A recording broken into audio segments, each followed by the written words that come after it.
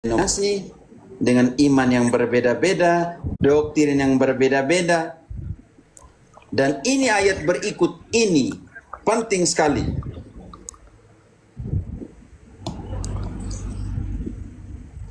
Lolita, ayat berikut artinya ayat berikut. Sehingga kita bukan lagi anak-anak yang diombang-ambingkan oleh berbagai angin pengajaran, oleh permainan palsu manusia dalam kelicikan mereka yang menyesatkan. Supaya kalian jangan menjadi seperti anak-anak, bayi-bayi yang diobang-ambingkan oleh angin-angin pengajaran. Karena semua orang datang ajar satu, semua orang datang ajar satu, semua ada, tidak ada magisterium, semua orang mengajar suka-suka.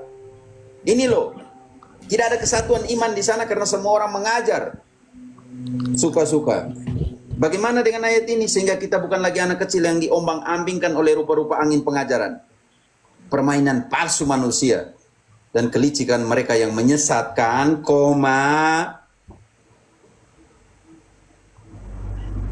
Sebaliknya, dengan teguh berpegang kepada kebenaran di dalam kasih, kita bertumbuh di dalam segala hal ke arah Dia, Kristus yang adalah kepala. dan gereja adalah tubuhnya. Dalam Efesus yang sama di ayat 1, jangan dulu lari ayat 1, 22, 23. Ingat, tetapi dengan teguh berpegang kepada kebenaran di dalam kasih. Supaya kita bertumbuh dalam segala hal ke arah Kristus yang adalah kepala. Kita yang anggota ini tidak terpisah dari tubuh, tidak terpisah dari kepala. Dan ayat 16, Dari Dialah seluruh tubuh yang rapi tersusun dan diikat menjadi satu oleh semua sendi yang menopangnya, menerima pertumbuhannya sesuai dengan kadar pekerjaan tiap-tiap anggota dan membangun dirinya dalam kasih. jadi pertanyaan saya, 60.000 denominasi ini kepalanya ada berapa? Karena semua menganggap bahwa Kristus adalah kepala gereja. Kristus punya ribuan tubuh, bagaimana? Beginilah Kil, sangat jelas di sini. Yang kau cari itu di sini. Cari pengajar-pengajar yang telah ditentukan oleh Tuhan.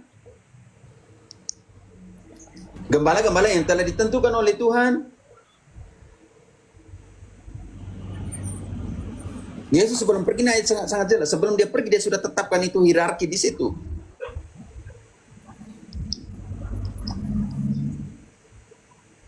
Lalu engkau pergi yang lahir abad ke-16, lahir abad ke-21, lahir abad ke-22, lahir abad ke-20, kita tahu yang berapa, tiap hari lahir satu denominasi baru.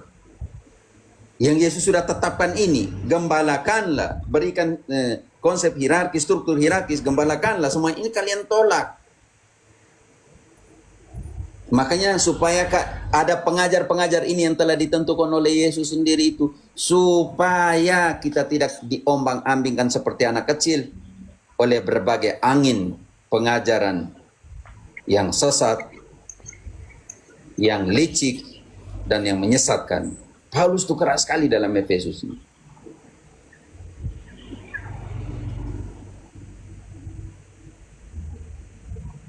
Romo, Ya, jadi engkau dalam proses ini engkau harus lebih sabar mendampingi. Ingat bahwa tetesan yang melubangi batu itu,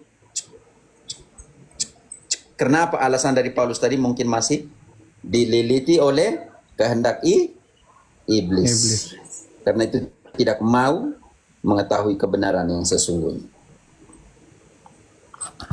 Romo, maksud saya gini Romo. Nah, kalau iman Katolik saya udah yakin, maksudnya udah 100% ya. Maksud Iya, saya tapi gini, engkau kepada dia yang saya maksudkan, engkau kepada dia pelan-pelan. iya maksud saya gini Romo, kan dia nggak mau ada perdebatan gitu ya. Gimana cara ngajak dia secara pelan? Kalau dia aja kayak kalau kita mau ngobrol dikit, aura Luthernya keluar gitu. Oke, di Gimana situ mau? harus ada teknik. Satunya dialog, satunya debat, satunya bertengkar. Engkau bisa mengerti. Dialog artinya engkau menghargai posisinya. Engkau punya posisi. Mulai dari itu, dari hiduplah dalam dialog hidup. Clips. Jangan langsung kepada perdebatan. Dialog hidup tuh seperti ini. Dia telah menuntut pengakuan dosa. Kenapa kamu tidak komuni? Itu kan dialog hidup. Yang engkau Iya, harus sebagian lakukan dia itu. kayak malah ngingetin kayak gitu. Itu berarti dia berikan perhatian bukan hanya kepada engkau, tetapi yang engkau hidupi, doktrin yang engkau hidupi, iman yang engkau hidupi. Pelan-pelan seperti itu. Seperti ini dialog hidup. Dia melakukan itu, hanya engkau belum tangkap itu. Pelan-pelan. Hanya biasa kalau datang dari keluarga yang cukup keras, Protestantisme Lutherannya. Iya, AKBP, Datang Romo, AKBP. Nah, itu saya bisa mengerti karena ada posisi di belakang. Kita adalah apa yang kita isi, atau kita adalah apa yang kita diisi.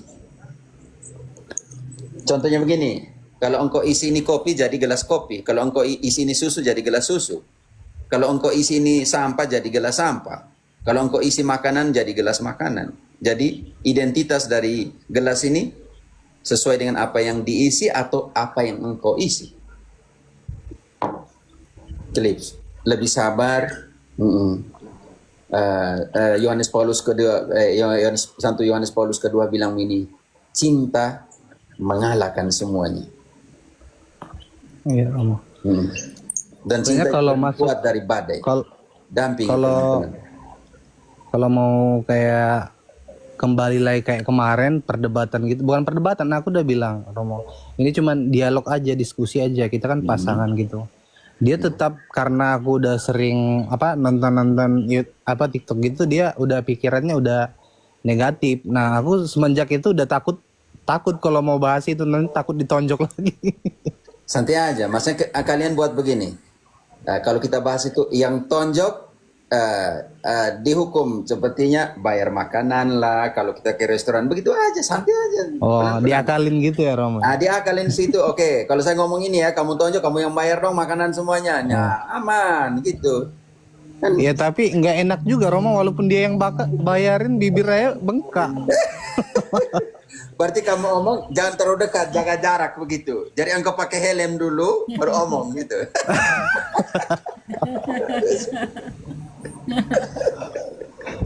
Santai dia, pelan-pelan, dampingilah dia pelan-pelan, oke? Ya, tapi di luar itu di luar kalau ada misal kita mau berdebat, di luar itu dia semuanya oke, baik kayak gitu. Berarti engkau harus cari teman dulu supaya duduk dengan dia. Dia kan dia jadi perasaan kan. Dia anak Batak juga. Iya. Dan dia tuh kayak apa? Orangnya kayak ini tekun banget, taat banget di agamanya dia maksudnya. Pelan-pelan. Ingat Santo Paulus saja, dia itu dari Yahudi yang paling keras, dari sekte namanya Farisi. Kalau kita baca di Kisah 27 itu, Paulus itu dari sekte yang paling keras. Dan di dalam Galatia 1 ayat 14, dia omong itu. Coba kita bantu dulu. Galatia 1:14 dia omong itu. Saya ini keras loh. Saya dari garis keras ke Yahudian. Agama saya dulu apa? Kalau relativisme, kenapa Paulus harus pindah ke Kristen? Bisa mengerti? Iya, Romo. Yolita.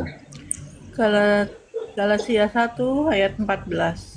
Di dalam agama Yahudi pun aku jauh lebih maju dari banyak teman yang sebaya dengan aku di antara bangsaku, sebagai orang yang sangat rajin memelihara adat istiadat nenek moyangku. Keras. Dia seseorang yang memelihara adat ini istiadat nenek moyang. Keras sekali ya teman-teman.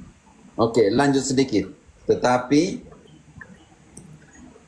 Namun pada waktu Allah yang telah memilih aku sejak dalam kandungan ibuku dan memanggil aku oleh anugerahnya, lanjut. berkenan menyatakan anaknya di dalam aku, supaya aku memberitakan dia di antara bangsa-bangsa, bukan Yahudi. Oke, tahan dulu. Cukup. Kita mau lihat siapa itu Paulus. Tadi di mana Galatia ya? Kisah Galatia 23. 1, Sekarang 14. kisah 23. Kisah 23. Ayat berapa ya? Tentang dia 27, nanti ke Roma, keinginan ke Roma. Coba ayat 6. Kisah 23 ayat 6. Karena tahu bahwa sebagian dari mereka orang Saduki dan sebagian orang Farisi, ia berseru dalam mahkamah agama itu, "Saudara-saudara aku adalah orang Farisi, keturunan orang Farisi. Aku dihadapkan ke mahkamah ini karena aku mengharapkan kebangkitan orang mati." Dia adalah keturunan apa? Farisi. Dan dari garis keras Farisinya itu. Makanya ketika di bab 8, bab 9, dia melakukan persekusi, pembunuhan terhadap pengikut Kristus. Keras banget loh. Itu tidak main-main. Tetapi kalau Kristus panggil dia meninggalkan semuanya. Makanya relativisme di sini ini contoh paling nyata dari bagaimana Paulus tidak hidup dalam relativisme. Dia dari golongan Farisi yang paling keras, yang memenjarakan, yang mencari, melakukan persekusi, pembunuhan kepada para pengikut Kristus. Dan dia harus meninggalkan radikalismenya sebagai orang Yahudi dari garis keras Farisi dan masuk ke dalam persekutuan kekristenan. Itu tidak mudah. Jadi sekarang karena Paulus itu dari garis keras dan dia minta supaya kita lembek, itu sebuah wow. Dia bilang seorang hamba Tuhan tidak bertengkar. Dia melalui masa kisah-kisah berdebat loh dengan orang-orang Yahudi bangsanya sendiri di kisah 17. Itu dia berdebat dengan orang-orang bangsanya sendiri dan mau tunjukkan Yesus seperti ini. Tetapi di dalam Timoteus tadi halus sekali dia minta. Dia bilang, "Uskup Timoteus, ingat itu.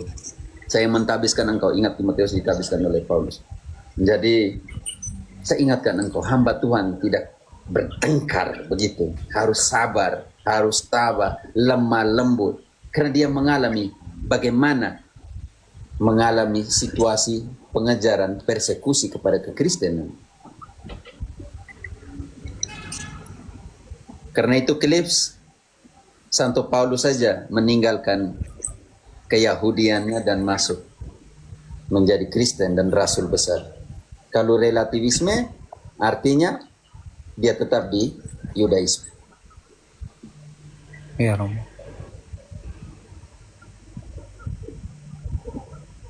Berarti pakai pendekatan-pendekatan yang ini aja ya, Romo, yang santai aja ya. Iya, yang santai aja sambil duduk makan, minum, masukkan satu tema-tema kecil seperti itu. Saya sih nggak apa-apa Romo ditonjok 2 kali 3 kali lagi, tapi dia berubah. Begini, bukan engkau yang mengubah dia. Dan prinsip dasar, ingat selalu prinsip dasar kita punya ada di Kisah 2 ayat 38, Kisah 2 ayat 47, coba Kisah 2 ayat 39, maaf. Kisah 2 Ayat 39. 39. Sebab bagi kamulah janji itu, bagi anak-anakmu dan bagi semua orang yang masih jauh, sebanyak yang akan dipanggil oleh Tuhan Allah kita. Tuhan yang akan panggil dan kirim ya. Jadi engkau dampingi saja, wartakan dengan cara hidupmu, oke? Ini penting. Ayat 47, ini cara hidup ini menarik. Menarik orang di cara hidupmu. Bukan menarik persepuluhan ya. Menarik untuk keselamatan. Sambil memuji Allah dan mereka disukai semua orang, tiap-tiap hari Tuhan menambahkan jumlah mereka dengan orang yang diselamatkan. Menarik. Yang bagian pertama dibaca ulang Yuli. Sambil memuji Allah. Sambil memuji Allah dan mereka disukai semua orang. Dan mereka disukai. Tiap-tiap hari. Sudah. Paus Fransiskus dan tiap-tiap hari Tuhan menambahkan. Artinya, cara hidupmu, tingkah lakumu, itu menarik mereka. Dalam pengertian ini. Karena itu, Paus Fransiskus bilang, iman itu lahir dari sebuah ketertarikan. Dengan engkau pergi misa kan dia bilang, kapan lu mengaku dosa? Kapan lu ikut misa? Itu artinya dia mulai masuk ke dalam ketertarikan di posisimu. Hanya sekarang bagaimana engkau pelan-pelan mendampingi dia, oke? Dia nggak terimanya di kayak patung-patung gitu ya kalau menurut aku. Walaupun Proses nggak dibahas ya. perjalanan. Karena memang dia didoktrinkan dari kecil seperti itu. Iya. Itu saya baru bahas ini. Sama kecuali Katolik. Begitu.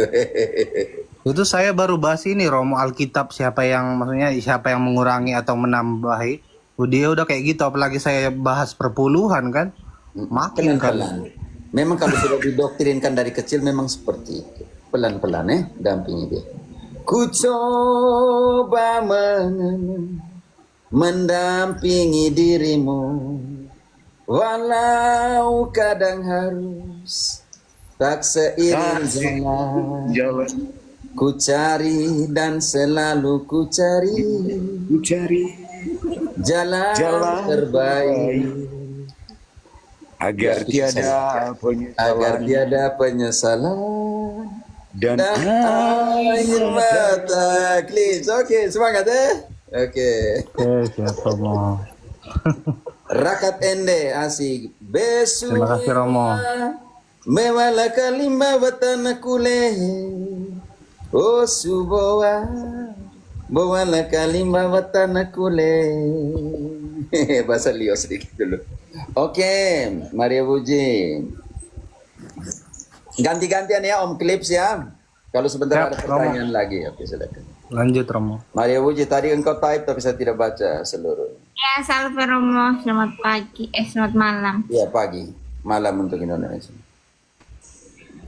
Ya begini Romo, misalnya nanti Doce kan belum sah Katolik. Kalau dia ikut kursus pernikahan bisa nggak? Bisa. Dia dibaptis ya? Sudah dibaptis? Sudah. Luis.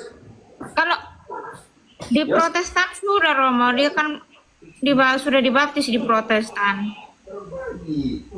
Mana kita jam 10.11? Mau masuk Katolik dia kah? Iya, memang masuk Katolik Doce. Oh ya harus ikut kursus dia. Sudah katekumen belum? Baru katikuman. Kalau sudah dibaptis itu di gereja itu di Katolik diperbarui. Nanti Romo yang jelaskan sebentar. Ini yang terima amplop.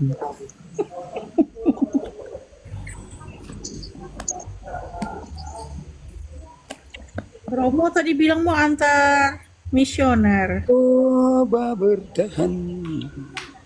Romo nggak lama ya guys. Karena mau antar tamu katanya. Walau Baptis ulang. Oh tidak men, dia baptisnya sudah Protestan, dia baptis Tritunggal, dia jalan mungkin nggak dibaptis ulang. mencari. Penerimaan kembali ya Maria. Hah? Betul. Paling penerimaan kembali. Ya. Iya. Katolik. Diberkati aja kan nanti kan. Iya, penerimaan kembali aja biasanya. Pengukuhan ya, pengukuhan. penerimaan kembali.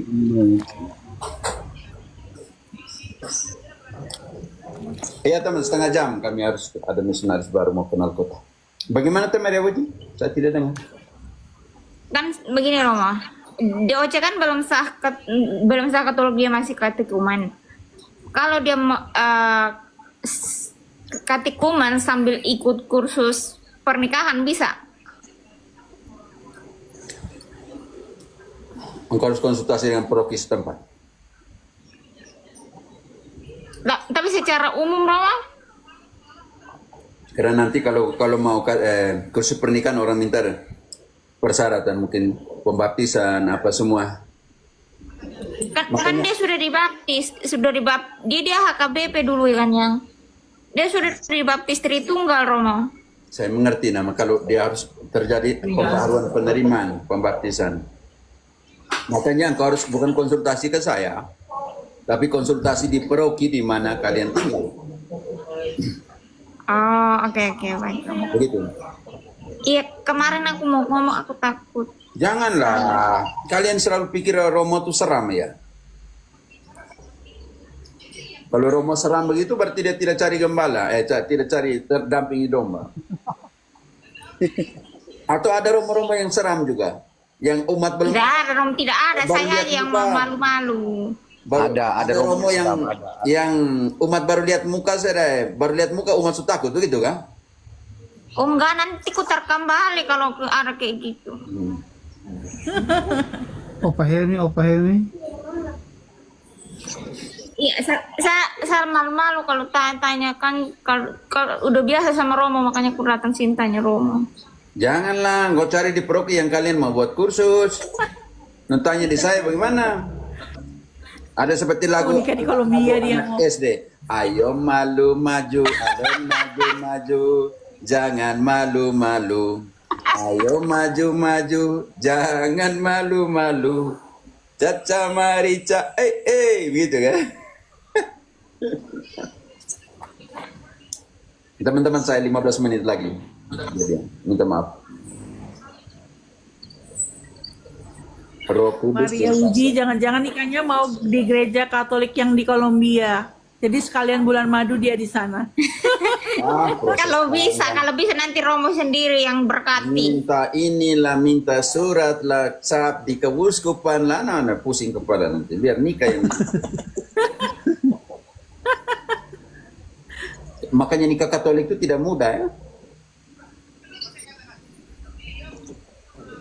Ada yang tulis, Romo paroki kami penampilannya seram Romo, tapi hatinya yang mentega Romo. Hati mentega itu kemana? Lembut.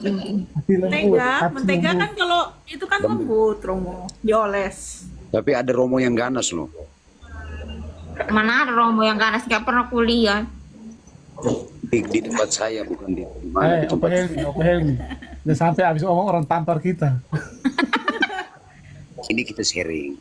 Ada Romo yang ganas memang. Maksudnya Yang dia ganas sudah gimana? Ganasnya gimana coba? Begini Romo, dia pukul orang tidak pikir gereja. Komparasikan dengan ini. Tidak.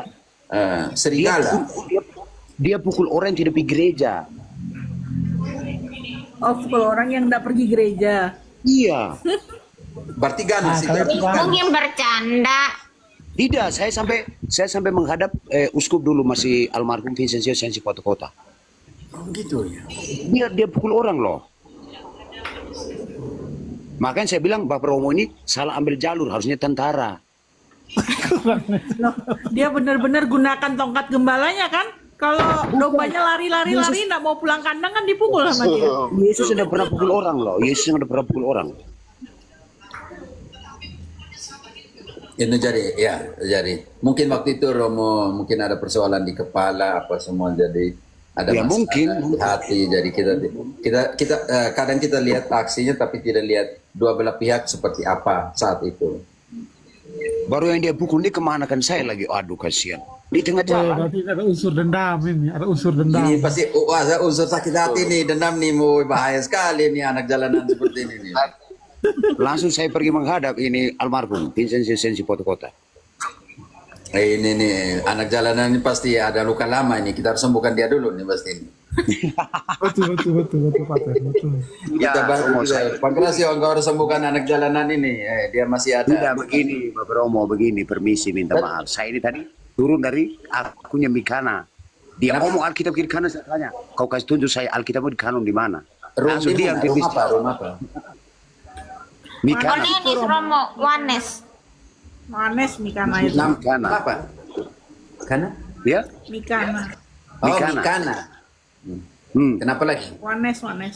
Nah, dia bilang, Bang, kalau kau omong begitu, kau open cam. Saya buka kamera saya. Lama-lama dia tanya, abang dari mana? Saya dari Flores. Saya jelaskan uskup semua, kefikepan, paroki semua saya jelas. Terus dia tanya, oh di gereja abang ada patung. Saya bilang, kau jawab dulu saya. Alkitabmu di kanon di mana? Kau jawab saya itu saja. Dan saya semenjak saya buat Komal, belum ada apologeti Protestan yang hebat yang jawab pertanyaan saya ini. Alkitab kamu kanon di mana? Mantap. Belum ada jawaban itu. Dia jawab bagaimana? Dia tidak bisa jawab, Bapak Romo. Dia mulai pelintir kiri kanan. Dia mulai putar-putar.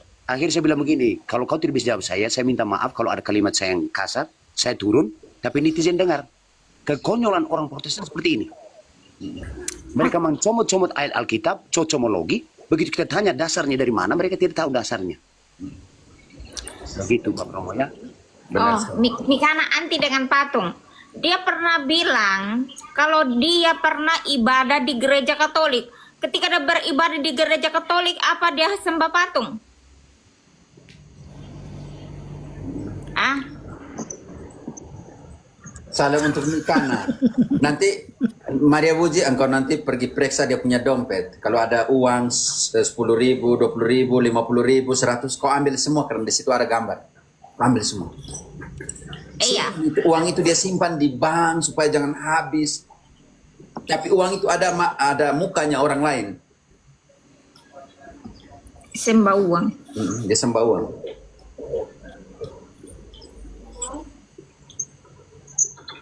Mereka tidak mengerti apa artinya penyembahan berhala. Mereka tidak mengerti. Pater, Hmm. ini Pak anak jalanan mereka ini yang jual tanah di Bajawa kasih di gereja Protestan mereka ini. Oh, itu bukan saya. Jangan kau mengadu di Romo begitu. Romo bukan saya Romo. Itu di Bobo. Saya di Mangulewa. Itu di Bobo. Orang mau lewat keras, orang lewat. Kasih begini Bapak Romo, kasih sekolah gratis, kasih beras, mie, telur, uang. Begitu mau sambut baru, Bapak kami tidak tahu. Aduh pusing saya. Bola di situ tuh. Cek dia di sana. Nah, cek dia di belakang hutan bambu, di belakang Pertamina itu. Di belakang Pertamina. Sekarang kencang Bapak Romo, di sana di sini Flores kencang. Di Bejawa. Makanya kalau tidak ada apologet Katolik di Bejawa, rusak nanti Bejawa itu. Iya. Bahkan sekarang mereka mengiming-imingkan harta kekayaan. Mereka pergi gereja bayar yang dengan masuk memang Laja. Nah, bahkan begini Bapak Romo, minta maaf, saya curhat sedikit. Bahkan saya kunjung dari rumah ke rumah. Saya katakan, Yudas yang saya baca di Alkitab itu saya baca, tapi kamu ini Yudas yang kelihatan. Yudas yang kelihatan. Kamu. Wah, Om Helmi saya bilang, iya, kamu Yudas yang kelihatan kamu ini. Tapi kamu jangan lupa, firman Tuhan mengatakan, barang siapa mencintai dunia, dia membuat diri menjadi satu kebencian buat Allah. Allah benci dengan orang-orang cinta dunia. Saya kunjung dari rumah ke rumah. Saya Bukan kunjung kita, dari rumah. barang siapa pertemananmu dengan dunia membuat engkau menjadi musuh Allah, begitu. Di Yakobus Iya. Yakobus 4 ayat 4, coba engkau baca dulu sih. Iya. Engkau baca dulu. Baca dulu Yulita untuk Yakobus 4 ayat 4. Persahabatanmu dengan dunia menjadikan engkau apa? Yakobus 4 ayat 4. Yakobus 4 ayat 4.